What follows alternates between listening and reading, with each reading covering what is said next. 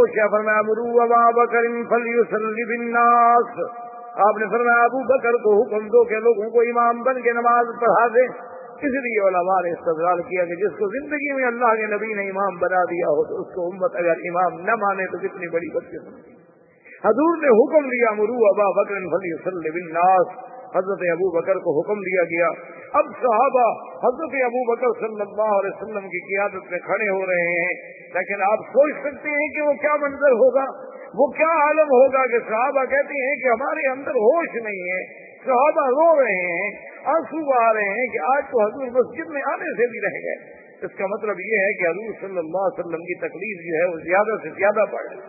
اور حضور صلی اللہ علیہ وسلم نے اسی مرض الوفات میں یہ بھی فرمایا کہ عائشہ ھذا انقطاع اوان ابہری من السم الذی اکلت بخیبر، وہ خیبر میں جو عورت نے مجھے زہر دیا تھا آج اس زہر کا اثر ہے جس کی وجہ سے میری آنتیں مبارک کٹ گئی. اس زہر کے اثر کو اللہ نے محفوظ رکھا، لیکن اپنے نبی کو مقام شہادت دینے کے لیے، اپنے نبی کو مرتبہ شہادت عظمیٰ پہ پہنچانے کے لیے اس کا اثر جو ہے وہ موت کے وقت میں ظاہر ہو گیا کہ حضور صلی اللہ علیہ وسلم نے فرمایا کہ معلوم یہ ہوتا ہے کہ میری آنتیں مبارک جو ہے وہ کٹ گئی. اب جب نماز کھڑی ہوئی تھوڑی دیر حضور کی طبیعت میں کچھ افاقہ ہو گیا. حضور نے حکم دیا حضرت علی اور حضرت فضل ابن عباس یہ دونوں جو ہیں قریب آئے تو حضور صلی اللہ علیہ وسلم نے ان کے کندھوں پہ ہاتھ رکھا. اور بی بی عائشہ فرماتی ہیں میں دیکھ رہی تھی کہ حضور کے پاؤں مبارک زمین پہ ایسے لکیر کھینچ رہے تھے، یعنی پاؤں میں طاقت نہیں تھی کہ حضور پاؤں پورا رکھ سکے، وہ کندھے پہ ہاتھ رکھ کر بس ان کے سہارے سے چل رہے تھے. اور جب حضور مسجد میں داخل ہوئے تو صحابہ کے تو چہرے کھل گئے نا خوشی سے، تو کوئی الحمدللہ کوئی سبحان اللہ، تو سب صاحب نے کہا حضرت ابو بکر کہتے ہیں میں سمجھ گیا کہ یہ معلوم ہوتا ہے کہ حضور تشریف لا رہے. حضرت ابو بکر ہٹنے لگے مصلی سے کہ جب اللہ کے نبی آ گئے تو میری کیا طاقت ہے کہ میں مصلی پہ کھڑا رہوں. حضور نے فرمایا الا رسلک یا ابا بکر، الا رسلک یا ابا بکر، ابو بکر کھڑے رہو مصلی پہ، کھڑے رہو مصلی پہ. لیکن حضرت ابو بکر ہٹ گئے. اس لیے محدثین نے لکھا ہے کہ اب حضور صلی اللہ علیہ وسلم آگے آگے بیٹھ گئے تو گویا حضور امام بنے ابو بکر کے اور ابو بکر امام بنے امت کے. حضور صلی اللہ علیہ وسلم تو یہ مقام بھی اگر ملا تھا تو سیدنا ابی بکر کو جب نماز سے فارغ ہوئے تو حضور نے فرمایا کہ ابا بکر میں نے تمہیں حکم دیا تھا کہ اللہ رسلک، انہوں نے کہا مال ابن ابی قحافہ یا رسول اللہ، حضور ابن ابی قحافہ کے اور ابی قحافہ کے بیٹے کی کیا طاقت ہے کہ اللہ کے نبی کے سامنے مصلی میں کھڑا ہو جائے، میں کیسے کھڑا ہو سکتا ہوں. حضور صلی اللہ علیہ وسلم نماز پڑھائی، اس کے بعد حضور نے اشارہ فرمایا کہ مجھے منبر پہ بٹھا. تو منبر کے 3 درجے تھے نا، تو حضور تیسرے درجے تک نہیں چڑھ سکے، پہلے درجے پہ بیٹھ گئے اور حضرت علی اور حضرت فضل عباس نے بٹھایا. اور اس کے بعد حضور صلی اللہ علیہ وسلم نے فرمایا کہ السلام علیکم، سب سلام کیا، صحابہ نے جواب دیا تو فرمایا اوصیکم بالمہاجرین الاولین، حضور نے فرمایا لوگوں میں اپنے مہاجرین صحابہ کے بارے میں تمہیں وصیت کرتا ہوں کہ ان کے شان کا خیال رکھنا. اور آپ نے فرمایا اوصیکم بالانصار، اور میں وصیت کرتا ہوں کہ انصار کا بھی خیال رکھنا، انصار کی عظمت کا بھی خیال رکھنا. اور حضور پاک نے فرمایا استوصوا بالنساء، اور آپ نے فرمایا عورتوں کے حقوق کا بھی خیال رکھنا. انی لا اخشى علیکم، حضور نے فرمایا کہ مجھے ڈر نہیں ہے کہ تم لوگوں پہ بھوک آئے گا. لا اخشى علیکم الفقر ولکن اخشى علیکم الغنى، مجھے ڈر یہ ہے کہ میری امت اتنی امیر ہو جائے گی، اتنی دولت ملے گی، اتنی پیسہ ملے گا کہ جیسے پہلی امتیں دولت کی وجہ سے برباد ہو گئی، کہیں میری امت بھی دولت کی وجہ سے برباد نہ ہو جائے. حضور صلی اللہ علیہ وسلم نے وصایا فرمائے. اور اس کے بعد حضور صلی اللہ علیہ وسلم نے فرمایا عزکم اللہ، کہ تم سب کے لیے میں دعا کرتا ہوں کہ اللہ تم سب کو عزت دے. رفعکم اللہ، اللہ تم لوگوں کی شان کو بلند کر دے. رزقکم اللہ، اللہ تم سب کو رزق دے دے. واودعکم واقول لکم السلام علیکم. حضور نے فرمایا کہ اب میں آخری تمہیں سلام کہہ رہا ہوں کیونکہ اب میرا وقت اللہ کے پاس جانے کا آ گیا. اور پھر حضور صلی اللہ علیہ وسلم نے فرمایا کہ یاد رکھو کہ جب مجھے موت آ جائے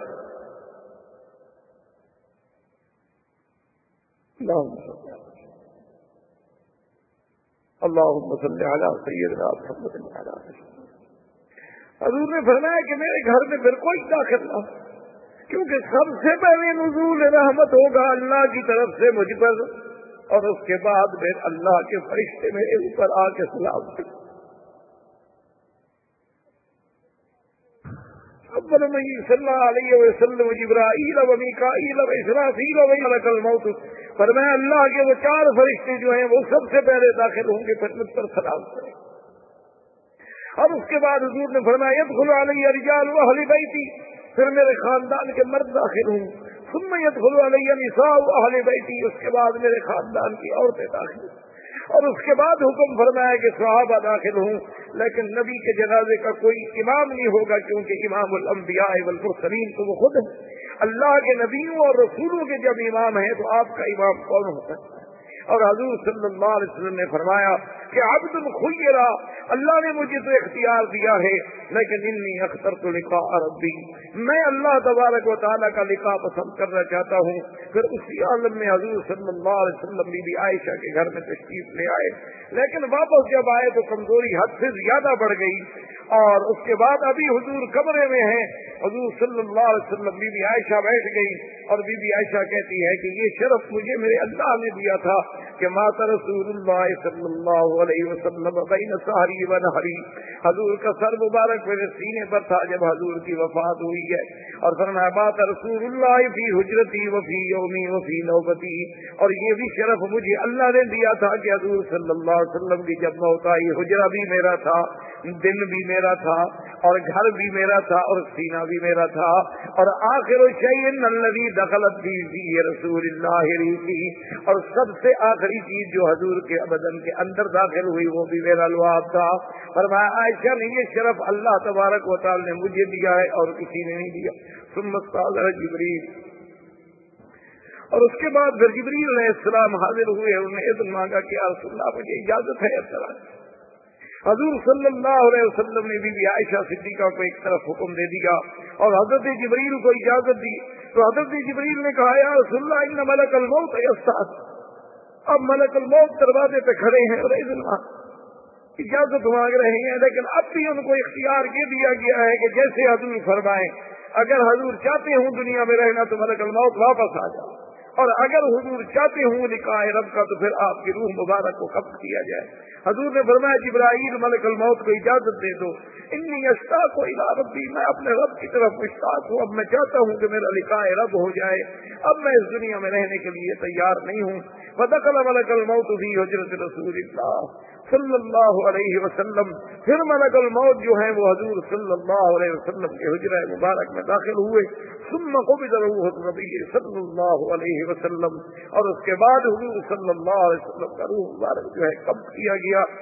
جیسے کہ اللہ تبارک و تعالی نے قرآن میں فرما دیا تھا کہ انک میت وانہم میتون ثم انکم یوم القیامۃ عند ربکم تختصمون، کہ اے میرے نبی آپ پہ بھی موت آنی ہے اور تمام لوگوں پر بھی موت آنی ہے، یہ موت ایسی چیز ہے کہ اس سے کوئی نہیں بچ سکتا سوائے اس اللہ کے جس کی صفت ہے اللہ لا الہ الا هو الحی القیوم لا تأخذہ سنۃ ولا نوم، اللہ کے کروڑوں صلاۃ و سلام ہوں حبیب کبریا پر حضور صلی اللہ علیہ وسلم، اور پھر اسی جگہ وہ حجرہ مبارک جو تھا وہی قبر مبارک بنی اور وہی روضہ مبارک بنا اور وہی قیامت تک صلاۃ و سلام اور اللہ کی رحمتوں کی جھڑی لگی ہوئی ہے۔ اللہم ارزقنا اتباع نبیک وحب نبیک وحبیبک محمد صلی اللہ علیہ وسلم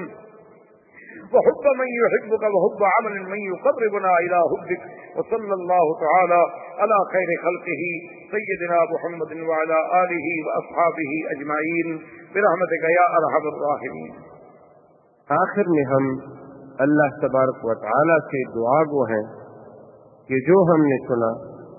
اس سے ہمیں نفع پہنچائے اور اسے ہمارے حق میں حجت بنائے، ہمارے خلاف حجت نہ بنائے۔ حق تعالی شانہ ہمیں علم نافع اور عمل صالح کی دولت سے مالا مال فرمائے۔ والسلام